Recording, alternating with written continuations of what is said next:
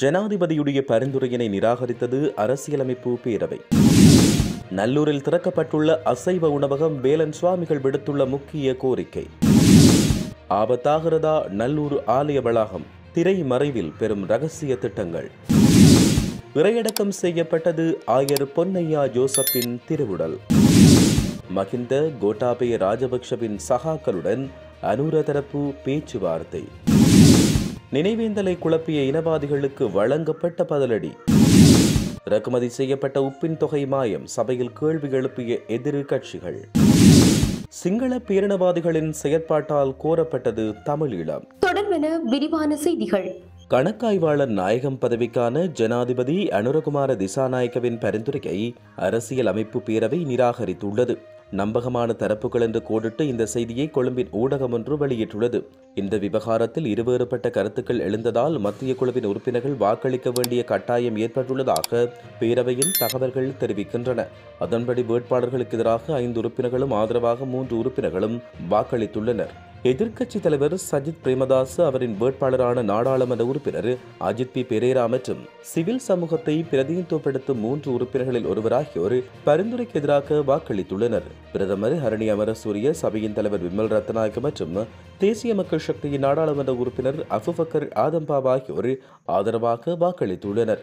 ஜனாதிபதியினால் பரிந்துரைக்கப்பட்ட வேட்பாளர் கணக்காய்வாளர் நாயக திணைக்களத்தைச் சேர்ந்த அதிகாரி அல்ல, அவர் வெளிநபர் என்று தெரிவிக்கப்பட்டதை அடுத்து இந்த நிராகரிப்பு நிகழ்ந்துள்ளது. முன்னதாக எதிர்க்கட்சியின் நாடாளுமன்ற உறுப்பினர்களான தயாஸ்ரீ ஜெயசேகர மற்றும் கர்சடி சில்வா ஆகியோர் கணக்காய்வாளர் நாயக திணைக்களத்தில் இருந்து ஒருவரை இந்த பதவிக்கு நியமிப்பதை பாரம்பரியம் என நாடாளுமன்றத்தில் தெரிவித்திருந்தமை இங்கே குறிப்பிடத்தக்கது. அண்மையில் நல்லூர் முன்வீதியில் திறக்கப்பட்ட அசைவ உணவகத்தை அகற்றுவது தொடர்பில் தமிழ் சைவ பேரவையின் அழைப்பின் பெயரில் சைவ அமைப்புகளின் விசேட கலந்துரையாடல் ஒன்று இடம்பெற்றுள்ளது. குறித்த கலந்துரையாடல் நேற்று மாலை 6:30 மணியளவில் நல்லூர் சிவகுரு ஆதீனத்தில் இடம்பெற்றுள்ளது. எதிர்வரும் வெள்ளிக்கிழமை சைவ அமைப்புகள் மற்றும் ஆதீனங்கள், குருமார் ஒன்றியங்கள், ஆலய பரிபாலன சபையினர் தலைமையில் வடமாகாண ஆளுநரை சந்தித்து குறித்த அசைவ கடையினை அகற்றுவது தொடர்பில் மனு ஒன்றை கையளிப்பது என இந்த கலந்துரையாடலின் போது தீர்மானிக்கப்பட்டுள்ளது. இதனை பொலிகண்டி வரையான மக்கள் பேரெழுச்சி இயக்கத்தின் தலைமை ஒருங்கிணைப்பாளர் வேலன் சுவாமிகள் தெரிவித்துள்ளார். எனவே குறித்த சந்திப்பில் கலந்து கொள்ள விரும்பும் அமைப்புகள் அல்லது ஆதரவு வழங்க விரும்பும் அமைப்புகள் வியாழக்கிழமை நள்ளிரவுக்கு முன்னதாக 077-7756333 எனும் இலக்கத்துக்கு தொடர்பு கொள்ளுமாறும் அறிவிக்கப்பட்டுள்ளமை குறிப்பிடத்தக்கது. நல்லூர் ஆலயத்தை அண்மித்த பகுதியில் திறக்கப்பட்டுள்ள அசைவ உணவகம் பற்றிய விவகாரம் தற்பொழுது பரபரப்பை ஏற்படுத்தியுள்ளது. யாழ் மக்கள் காலங்காலமாக பின்பற்றி வரும் நடைமுறைகளை மீறும் இவ்வாறான செயற்பாடுகளுக்கு எதிராக மக்கள் நேற்றைய நாளில் போராட்டத்தை மேற்கொண்டனர். இந்நிலையில் நல்லூர் ஆலயத்தை அண்மித்த பகுதிகளில் அசைவ உணவகம் திறக்கப்பட்டமை மதங்களுக்கு இடையிலான பிரச்சனையாக மாற வாய்ப்புள்ளதாக தெரிவிக்கப்பட்டுள்ளது. ஈழத்தமிழர்களின் வாழ்வியலோடும் கலாச்சாரத்தோடும் நேரடியாக தொடர்புபட்ட ஒரு பகுதியாகவும் அவர்களின் கலாச்சார குறியீடுகளாகவும் நல்லூர் காணப்படுகிறதாக தெரிவிக்கப்பட்டுள்ளமை குறிப்பிடத்தக்கது. நித்திய இளைப்பாற்றிய மட்டு அம்பாறை ஓய்வு நிலை ஆயர் யோசப் பொன்னையா ஆண்டகையின் திருவுடல் நேற்று மாலை மட்டக்களப்பு புனித மரியாள் பேராலயத்தில் அடக்கம் செய்யப்பட்டது. சுகையினமுற்ற நிலையில் கடந்த 19ஆம் தேதி தனது 74வது வயதில் ஓய்வு நிலை ஆயர் யோசப் பொன்னையா ஆண்டகை காலமானார். அவரின் திருவுடல் தென்னாமுனை தேவாலயத்தில் மக்களின் அஞ்சலிக்காய் வைக்கப்பட்டு நேற்றைய தினம் மட்டக்களப்பு புனித மரியாள் பேராலயத்துக்கு கொண்டுவரப்பட்டு அங்கு 2 தினங்கள் அஞ்சலி செய்யப்பட்டு நேற்றும் இன்றும் பெருந்திரளான மக்கள் அஞ்சலி செலுத்தி வந்த நிலையில் இலங்கை தமிழரசு கட்சியாலும் அஞ்சலி செலுத்தப்பட்டது. இலங்கை தமிழரசு கட்சியின் மட்டக்களப்பு மாவட்ட கிளையின் ஏற்பாட்டில் நாடாளுமன்ற உறுப்பினர் ஞானமுத்து ஸ்ரீநேசன் தலைமையில் அஞ்சலி செலுத்தப்பட்டது. நேற்று மாலை மட்டக்களப்பு மறைமாவட்ட ஆயர் அண்டன் ரஞ்சித் ஆண்டகையின் தலைமையில் இறுதி நாள் கூட்டு திருப்பலி ஒப்புக் கொடுக்கப்பட்டது. இந்த நிகழ்வுகளில் இலங்கையின் மறைமாநிலங்களின் ஆயர்கள், சர்வமதங்களின் குருமார்கள், அரசியல் பிரமுகர்கள் மற்றும் கிறிஸ்தவ அமைப்புகளின் பிரதிநிதிகள், பொதுமக்கள் என பெருந்திரளானோர் கலந்து கொண்டனர். மகிந்த ராஜபக்ஷ மற்றும் கோட்டாபய ராஜபக்ஷ ஆகியோருடன் ஒன்றிணைந்து செயற்பட்டவர்கள் மற்றும் ஊழல் குற்றச்சாட்டுக்கு உள்ளாக்கப்பட்டவர்களோடு அரசாங்கமானது பேச்சுவார்த்தையில் ஈடுபடுகிறது என நாடாளுமன்ற உறுப்பினர் இம்ரான் மஹரூப் சுட்டிக்காட்டினார். தேசிய மக்கள் சக்தி தரப்பினர் ஊழல்வாதிகளை செலவை செய்தால் கட்சியில் இணைத்துக் கொள்கிறார்கள் என்றும் அவர் கேள்வி எழுப்பினார். நாடாளுமன்றில் நேற்றைய தினம் நடைபெற்ற நிதி சட்ட கட்டளைகள் மற்றும் ஒழுங்கு விதிகள் மீதான விவாதத்தில் கலந்து கொண்டு உரையாற்றும் போது அவர் இவ்வாறு தெரிவித்தார். அவர் மேலும் தெரிவிக்கையில், நடைபெற்று முடிந்த உள்ளூராட்சி மன்ற தேர்தலில் திருகோணமலை தேர்தல் மாவட்டத்தில் ஐக்கிய மக்கள் சக்தி பெருமளவிலான ஆசனங்களை கைப்பற்றியுள்ளது. எமது கட்சிக்கு ஆதரவளித்த அனைவருக்கும் இந்த உயரிய சபையூடாக நன்றி தெரிவித்துக் கொள்கிறேன். ஆட்சி அமைப்பது தொடர்பில் விரிவான பேச்சுவார்த்தையில் ஈடுபடுவோம். ஆளும் கட்சியான தேசிய மக்கள் சக்தி எதிர்க்கட்சியை போன்று பேசுகிறது. கொழும்பு மாநகர சபையில் ஆட்சி அமைப்பது தொடர்பில் அரசாங்கம் பல்வேறு தரப்போடும் பேச்சுவார்த்தையில் ஈடுபடுகிறது. தேர்தலுக்கு முன்னர் ஊழல்வாதிகளை இணைத்துக் கொள்ளப் போவதில்லை என்ற தரப்பினர் தற்போது பல குற்றச்சாட்டுகளுக்கு உள்ளானவர்களோடு பேச்சுவார்த்தையில் ஈடுபடுகிறார்கள். உள்ளூராட்சி மன்ற தேர்தல் பெறுபவர்கள் குளறுபடியானதாக காணப்படுகிறது.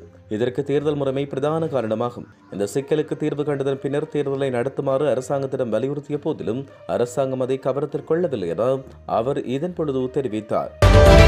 இந்த நாட்டில் அதிகாரம் சிங்கள பேரினவாதத்தின் கையில் இருக்கிறது. எனவே அவர்களுக்கு எது நீதியோ, அவர்களுக்கு யார் தலைவரோ அவர்களை மட்டும்தான் கொண்டாட முடியும் என சமூக செயற்பாட்டாளர் ராஜ்குமார் அஜீவகாந்த் தெரிவித்தார்.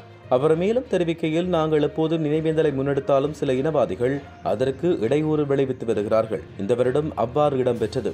ஒருமுறை பொருளை பொதுமையானத்துக்கு அருகில் நினைவேந்தலில் ஈடுபட்ட போது அண்மையில் உயிரிழந்த டான் பிரியசாத் நினைவேந்தலில் குழப்பம் ஏற்படுத்தினார். தற்போது அவருக்கே நினைவேந்தல் செய்ய வேண்டிய நிலை உள்ளது. எனினும் அவரின் மரணத்துக்கு நீதி கேட்கவும் நாங்கள் தயாராக இருக்கிறோம் என அவர் இதன் பொழுது தெரிவித்திருந்தார். கடந்த 6 மாதங்களாக அரச உப்பு கூட்டுத்தாபனத்தின் ஊடாக உப்பு இறக்குமதி செய்யப்பட்டது என்றும் அந்த உப்பு எங்கே எனவும் ஐக்கிய மக்கள் சக்தியின் நாடாளுமன்ற உறுப்பினர் முஷிபுர் ரஹ்மான் கேள்வி எழுப்பியுள்ளார். நாடாளுமன்றத்தில் நேற்று கருத்து தெரிவித்த போதே அவர் இவ்வாறு கூறியுள்ளார். தொடர்ந்தும் அவர் கருத்து தெரிவிக்கையில், எந்த தனியார் துறைக்கும் உப்பு கொண்டுவர அனுமதி வழங்கப்படவில்லை. அண்மையில் அதற்கான அனுமதி வழங்கப்பட்டது. அப்படியென்றால் அரச உப்பு கூட்டுத்தாபனம் கொண்டு வந்த உப்பு எங்கே? ஏன் இந்த உப்பு சந்தைக்கு வரவில்லை? உப்பு கட்டிகளே இதன்போது கொண்டு வரப்பட்டன. இவை உப்பு வர்த்தகர்களுக்கு ஒப்படைக்கப்பட்டன. இதற்கு என்ன நடந்தது? இந்தியாவில் உப்பு மெட்ரிக் டன் ஒன்றின் விலை $80 ஆகும். அதை கொண்டு வரும்போது உப்பு கிலோ ஒன்றுக்கு அரசாங்கம் $40 வரியை அறவிடுகிறது. இதன்படி கிலோ ஒன்றுக்கான செலவு $24 ஆகும். சகல செலவுகளையும் சேர்த்தால் 1 கிலோ உப்பு $100 வழங்கலாம். ஆனால் சந்தையில் $350 முதல் $400 வரையிலான விலைக்கு விற்பனை செய்யப்படுகிறது. உப்பை பெற்றுக்கொள்பவர்கள் யார்? புத்தளம் உப்பு கூட்டுத்தாபனத்தின் பணிப்பாளராக இருக்கும் டவில் லியனகேவே உப்பு நிறுவனம் ஒன்றின் தலைவர். அவரே இறக்குமதி செய்யப்படும் உப்பு தொகையை அந்த நிறுவனத்துக்கு கொண்டு சென்று $350 விற்பனை செய்கிறார். உங்களின் முறை மாற்றம் புதுமையானது. முன்னர் $130 விற்பனை செய்தவர்கள் இப்போது விலையை அதிகரித்துள்ளார்கள். அதேபோல கணக்காய்வாளர் நாயகம் ஒருவர் நியமித்துக் கொள்ள அரசாங்கத்துக்கு முடியாமல் இருப்பதாகவும் அவர் இதன் பொழுது சுட்டிக்காட்டினார். தனிநாடு கோரி ஒரு இனம் போராடிய வரலாற்றை இந்த நாடு கொண்டுள்ளதென்றும் நாட்டில் உள்ள சிங்கள பேரினவாதிகளோடு வாழ முடியாது எனவும் தமிழீழத்துக்காக அந்த இனம் பல உயிர்களை வழங்கியுள்ளதாகவும் அகில இலங்கை மக்கள் காங்கிரசின் தலைவர் ரிஷாட் பதியுதீன் கடுமையாக தெரிவித்தார். நாடாளுமன்றில் நேற்று இடம்பெற்ற விவாதத்தில் கலந்து கொண்டு உரையாற்றிய போதே அவர் இவ்வாறு தெரிவித்தார். மேலும் அவர் தெரிவிக்கையில், தமிழீழத்துக்கான மற்றும் தமது மண்ணுக்காக போராடி உயிரிழந்த இனத்தின் வரலாற்றை இந்த நாடு கொண்டுள்ளது. சயனட் குப்பிகளை அணிந்து கொண்ட போராட்டம் அது. 30,000 முதல் 40,000 மக்கள் கொல்லப்பட்டனர். தமிழர்களும் சிங்களவர்களும் இராணுவத்தினரும் இதில் கொல்லப்பட்டனர். அப்பாவி முஸ்லிம் மக்கள் அதிகம் அகதிகளாக்கப்பட்டனர். இதை மறந்து இன்று நாடாளுமன்றில் நீங்கள் பேசலாம். ஆனால் மக்களுடைய வேதனைகள் உள்ளங்களில் இருந்து கொண்டே இருக்கும். மேலும் இதுவரை பன்முகப்படுத்தப்பட்ட நிதி தொடர்பில் எந்தவிதமான அறிக்கையும் எங்களுக்கு கிடைக்கவில்லை. நாங்களே மக்களால் தெரிவு செய்யப்பட்டவர்கள். மக்களுக்கான சேவையை செய்ய வேண்டிய தேவை எமக்கு இருக்கிறது. அப்படியென்றால் எதிர்க்கட்சியை பக்கச்சார்பாக பார்ப்பது நியாயமற்ற ஒன்று. அதேபோல நாடாளுமன்ற உறுப்பினர்களின் பாதுகாப்பு தொடர்பில் அரசாங்கம் அசம்பந்தமாக செயற்படுகிறது. பாதுகாப்பு இந்த நாட்டில் சீராக இருந்தால் பயமில்லை. ஆனால் நமது நாட்டில் சாதாரண மக்களும் கொல்லப்படுகிறார்கள். நாடாளுமன்ற உறுப்பினர்களின் பாதுகாப்பை உறுதி செய்ய வேண்டிய பொறுப்பு சபாநாயகருக்கு இருக்கிறது. ஆனால் சபாநாயகர் ஒரு பொம்மை போல இருக்கிறார்.